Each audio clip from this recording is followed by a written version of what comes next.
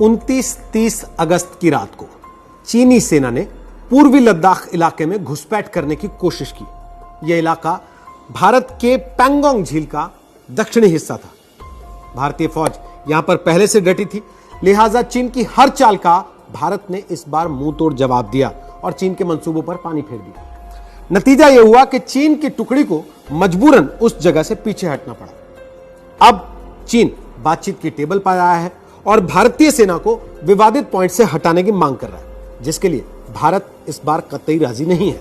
रक्षा मंत्रालय ने इस बार साफ साफ कह दिया कि असल में चीन पैंगोंग झील के दक्षिणी इलाके में पिछले समझौते का उल्लंघन करते हुए यथास्थिति को बदलने की कोशिश कर रहा था, जिसे भारतीय सेना ने पूरी तरह नाकाम कर दिया।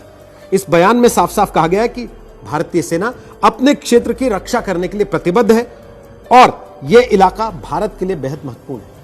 तो चलिए हम आपको आज बताते हैं इस पूरे इलाके के बारे में, वहां के भूगोल के बारे में, और साथ ही आपको यह भी बताएंगे कि भारत के लिए इस इलाके का रणनीतिक महत्व क्या है। असल में पिछले कई महीने से ही पूर्वी लद्दाख का पैंगोंग लेक का इलाका विवाद का बड़ा केंद्र रहा है। यह झील करीब 4270 मीटर की ऊंचाई पर है और करीब 135 किलोमीटर लंबी है। इसका पूरा क्षेत्र करीब 600 स्क्वायर किलोमीटर है। झील के लगभग 2/3 हिस्से पर चीन का कब्जा है, जबकि करीब 45 किलोमीटर का हिस्सा भारत के पास है।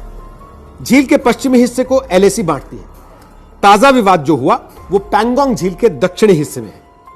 यह विवादित एरिया है ब्लैक टॉप के नजदीक, जो चुशूल से करीब 25 किलोमीटर पूर्व में है। भारतीय सेना की ब्लैक टॉप पर मौजूदगी ने चीन को परेशान कर दिया। पैंगोंग झील का दक्षिणी इलाका भारत के लिए ज्यादा महत्वपूर्ण है, क्योंकि यहां पर भारतीय सेना का कब्जा है।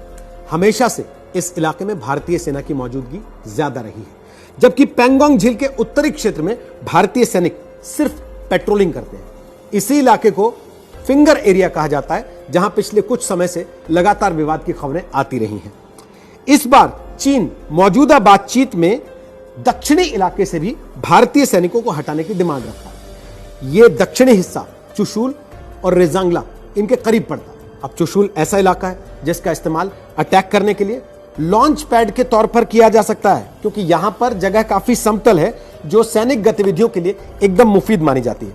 1962 के युद्ध के दौरान चीन ने पैंगोंग झील के उत्तरी और दक्षिणी दोनों हिस्सों का इस्तेमाल भारत के खिलाफ कर लिया था, जिसकी वजह से भारत को उस समय शिकस्त खानी पड़ी थी। लेकिन अब हालात बदल चुके हैं, वक्त बदल गया है। भारत ने पैंगोंग झील के दक्षिणी इलाकों में उन जगहों पर खुद को स्थापित कर लिया है जहां से अगर जरूरत पड़े तो चीन को उसी की भाषा में दो टूक जवाब दिया जा सकता है। यही वजह है कि चीन बुरी तरह से बौखलाया हुआ है। भारत ने उसकी सारी हरकतों को नाकाम कर दिया है, तो चीन यह कहने लगा है कि भारतीय सैनिक उसके इलाके में घुस आए हैं। अब चीन मीटिंग में यह मुद्दा उठा रहा है और चीन चाहता है कि वहां से भारतीय सैनिक हट जाएं, जहां पर ताजा विवाद हुआ है।